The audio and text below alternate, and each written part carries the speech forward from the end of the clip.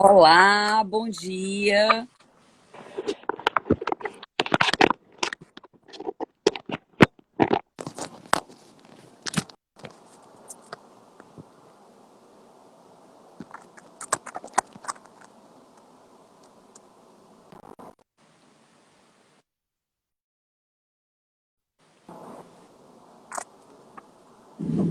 Ajeitar aqui um pouquinho. Bom dia para todo mundo. Hoje é um dia super especial na história do Festival Costume Saudável, na história dos mercadinhos São Luís. Acho que a gente está num ano muito desafiador, um ano em que a gente foi convidado, obrigado a pensar, repensar várias das nossas atitudes, repensar a nossa visão de mundo, repensar nosso papel como sujeito. E, como outros eventos, né, o Festival Costume Saudável se adequou a essa nova realidade, a essa situação ainda instável no país. Então, eu estou, apesar desse ano desafiador, muito feliz de estar aqui de novo. Essa é a segunda vez que eu participo do festival. Participei há 3 anos, a última vez, 4 anos. E estou aqui para conversar com vocês um pouco sobre o acesso ao alimento. Não é? O Festival Costume Saudável é um festival super importante para a cultura alimentar da cidade, para a cultura empreendedora da cidade, por que não dizer, para a cultura criativa da cidade, né?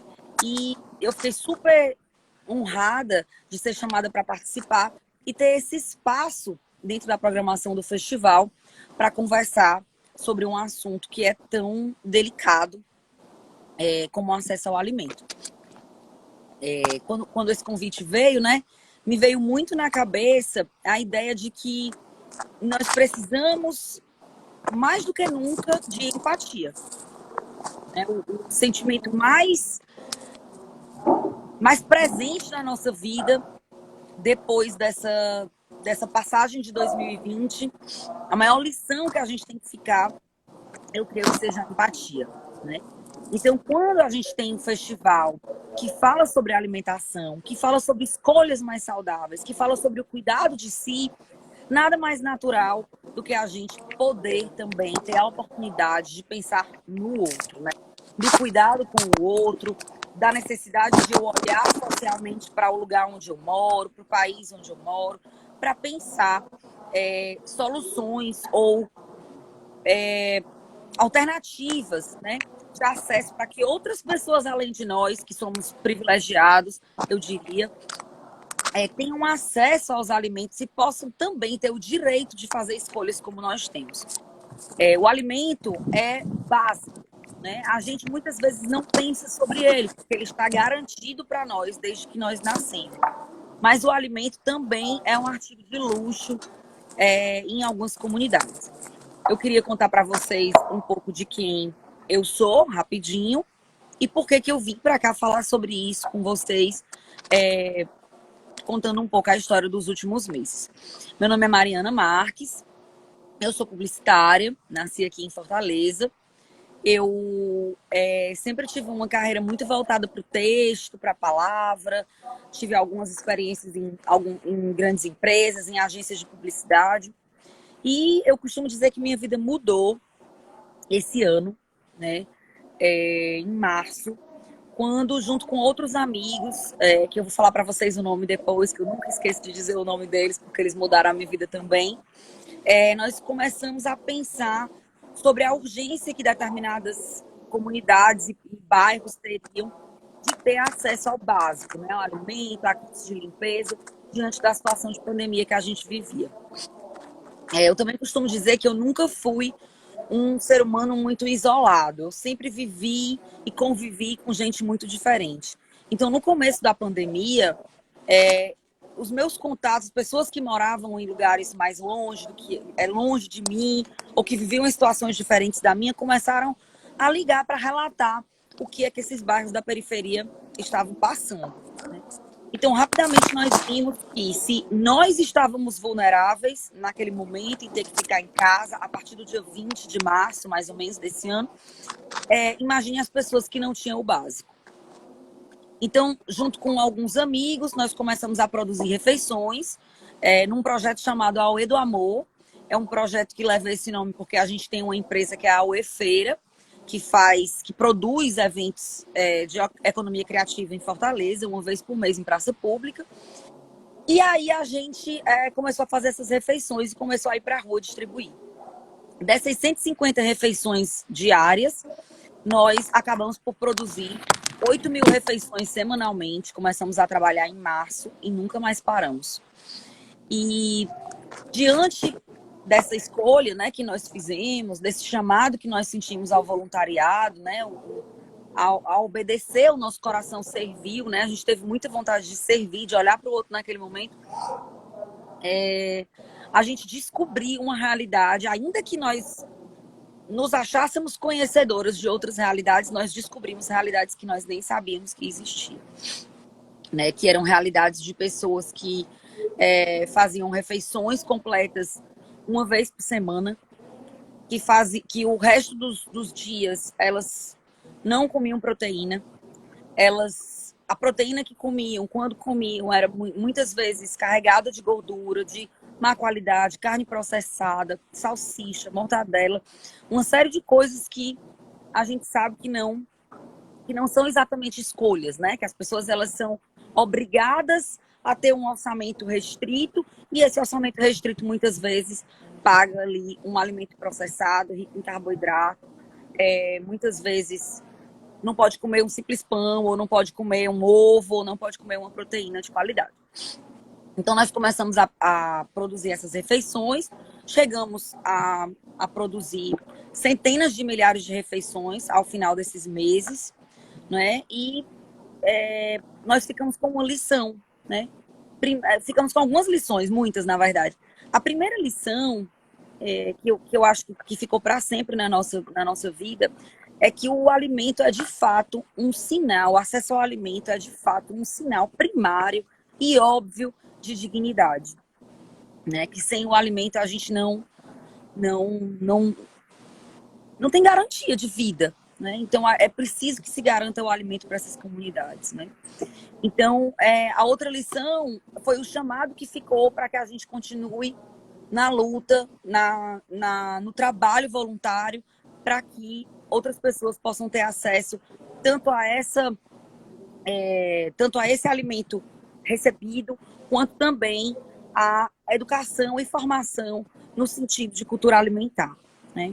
Então, queria contar para vocês que nós fizemos de abril para cá, do final de abril para cá, a primeira cozinha social vegana do Ceará. Eu digo do Ceará porque eu não sei se é do Brasil, a gente não conseguiu achar outras cozinhas veganas, mas pode ser que seja. Então a gente conseguia com apenas R$ 2,80, com mão de obra voluntária, claro, produzir 1.000 refeições por dia numa cozinha no bairro Quintino Cunha, com marmitas veganas, né? Era uma refeição completa com proteína vegetal.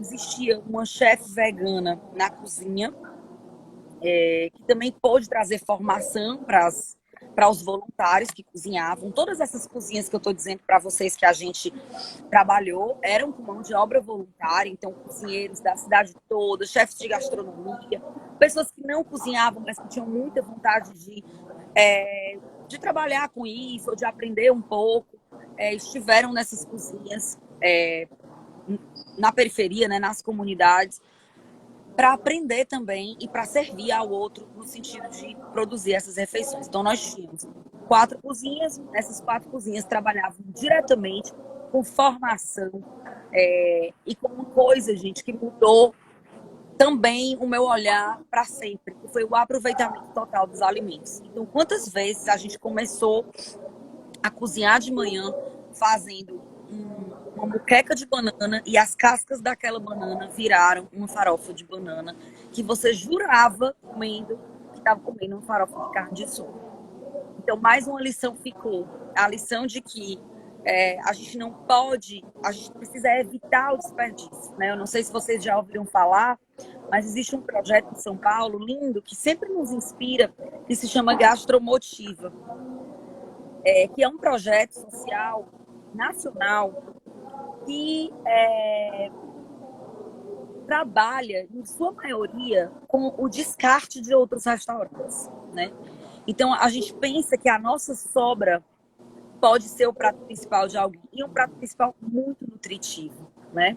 Então, muitas vezes nós fizemos cascas, talos, bagaços, sementes, fizemos sopas, fizemos caldos para fazer base para outros alimentos, fizemos saladas, fizemos uma série de, de coisas, de alimentos, né, que poderiam aproveitar todo aquele ingrediente em sua totalidade, né? E como isso mudou a nossa realidade, como isso mudou também a realidade de quem ia receber.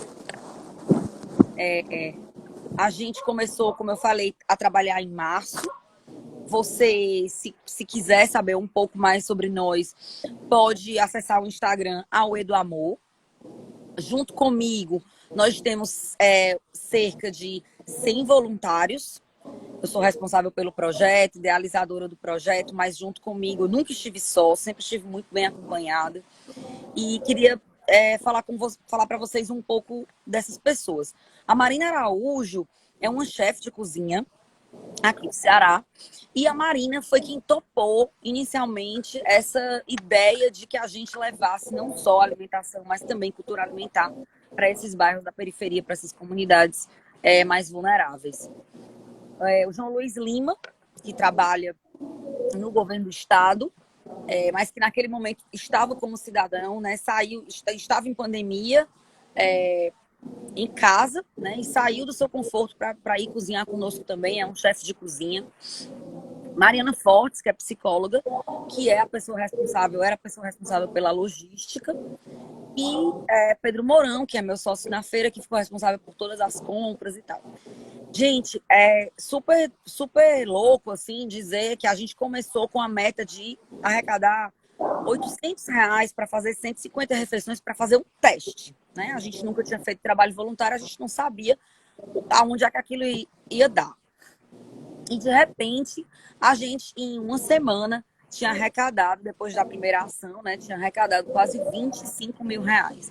Então, a gente se pôs a fazer contas e pensar socialmente em como o avanço daquela fome poderia ser não sanado, mas poderia ser um pouco diminuído por nós, e o que nós iríamos fazer com cada centavo arrecadado. Logo a gente começou a entender o custo dessas refeições. Só para vocês terem uma ideia, com R$ 1,90 nós conseguimos alimentar uma pessoa toda noite com uma sopa, quando é feito o aproveitamento total dos alimentos, né? Com R$ 4,30 a gente consegue fazer uma refeição completa com proteína animal de qualidade.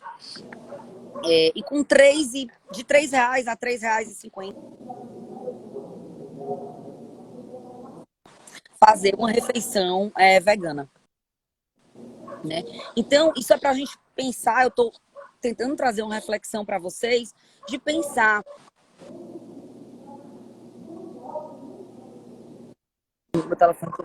e de R$ 1,90 até R$ 4,30 a gente consegue alimentar uma pessoa, muitas vezes mais de uma pessoa, com quase 500 gramas de refeição, né? Num momento em que muitas vezes a gente gasta R$ 5 sem pensar, né? Piscou e gastou, sei lá, 100. Não é? Que todos nós, como cidadãos, que a gente cobre isso da indústria alimentícia, que a gente cobre isso do setor de supermercado, que a gente cobre isso dos setores produtivos, né? Não só da indústria, mas também do comércio, que a gente cobre um pouco mais de responsabilidade social, de responsabilidade afetiva com o outro, de compromisso social, né? De compromisso político, porque isso também é político, política não é partido, né?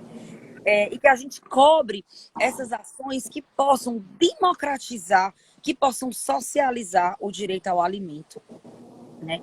A gente, se você for no Mercadinho São Luís, né, eu vou falar disso porque a gente está aqui dentro desse ambiente, você consegue enxergar um cornerzinho dentro da parte de hortifruti que se chama Muda Meu Mundo, né? Como aquilo é uma ação alinhada com o que eu estou dizendo. Quando você compra do Muda Meu Mundo, você está financiando naquele momento, ajudando a financiar a agricultura familiar, né? Que é uma atitude, não é? Um tipo de negócio que muda completamente o, a cadeia, né? O lugar para onde o seu dinheiro vai.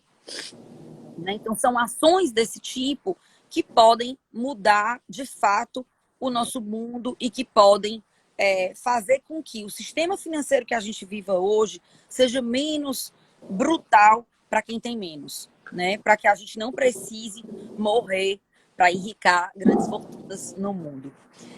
Não precisa sacrificar com a nossa vida.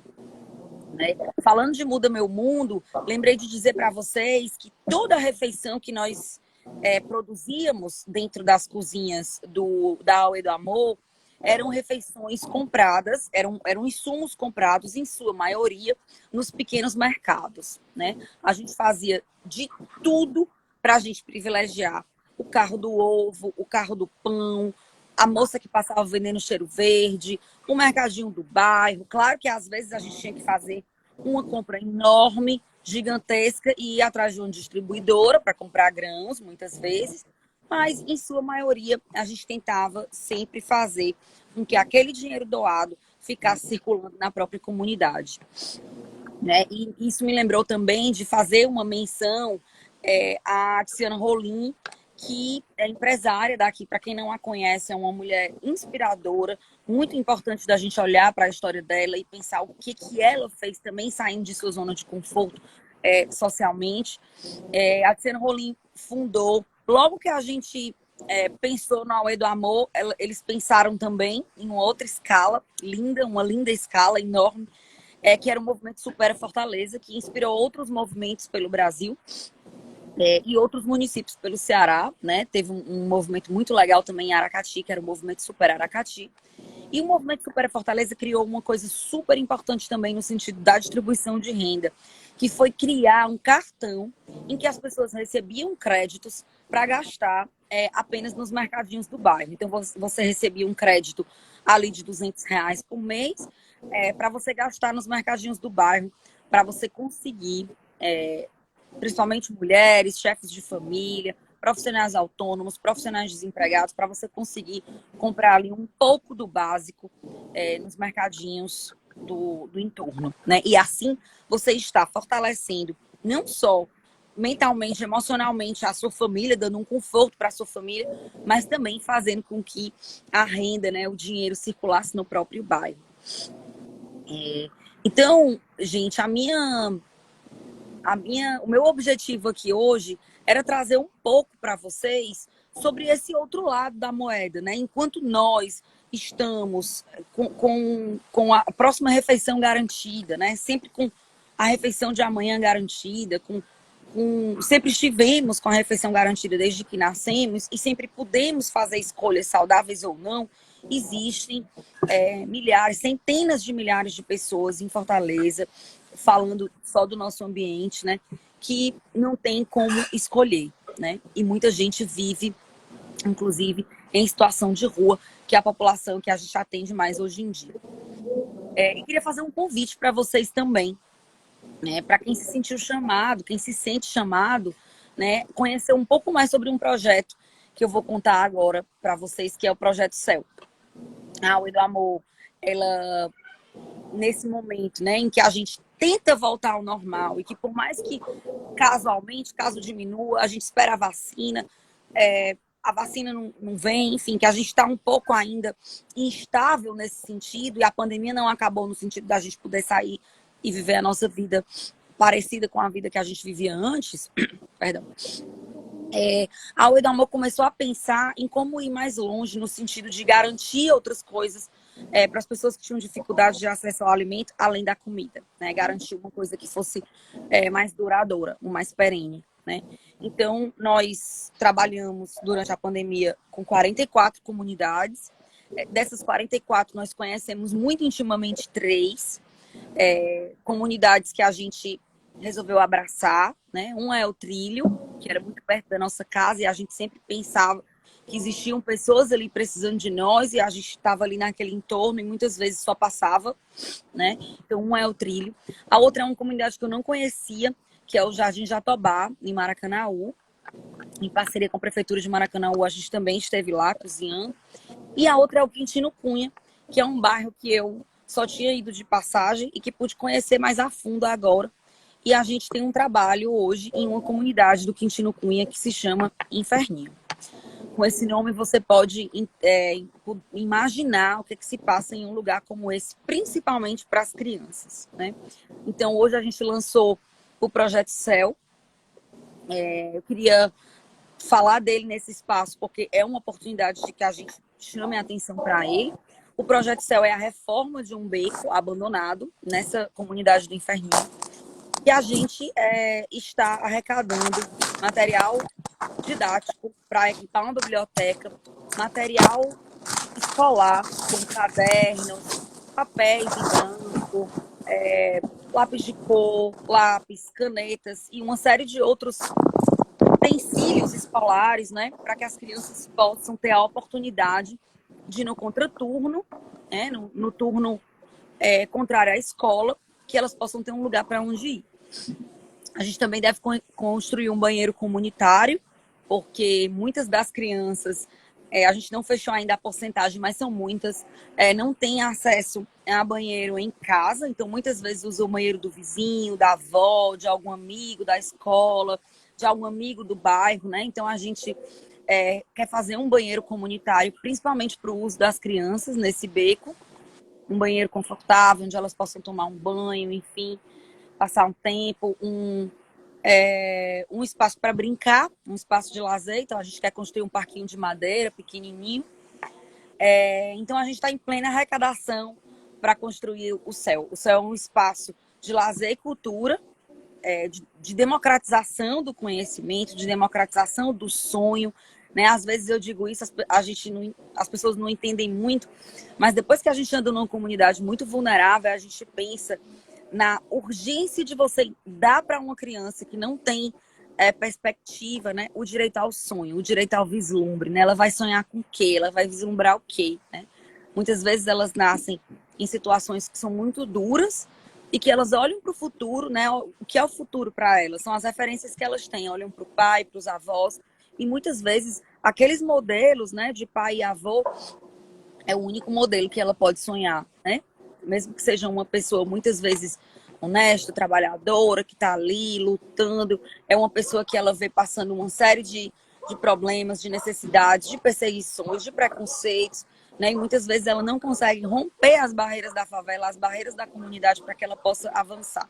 E um espaço desse de sonho, né, que eu digo, é um espaço importante para ela desenvolver capacidades, para a criança poder ler, poder conversar, poder socializar.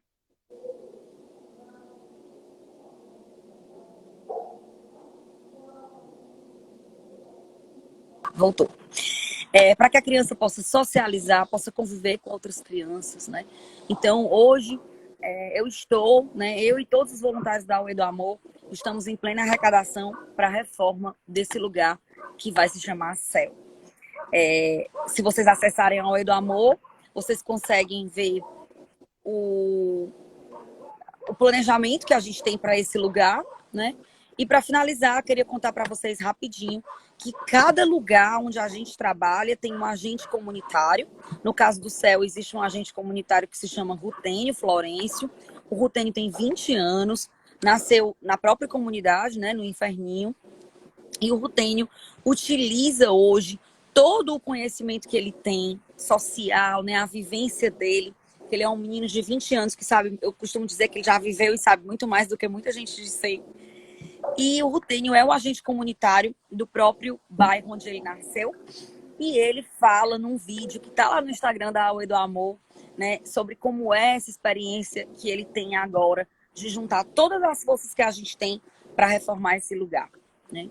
Então, queria fazer esse convite. Não deixem de ir no Instagram da UE do Amor para poder entender como é que você pode, com uma pequena doação, fazer tanta diferença na vida de tantas crianças e adolescentes naquele bairro especificamente, né? Isso pode parecer uma gotinha, mas a gente sempre tem que pensar de um por um. Se a gente conseguir ativar o sonho de um, salvar um, fazer um mais feliz, já está válido, né? Já está válido a nossa o nosso coração serviu, o nosso voluntariado.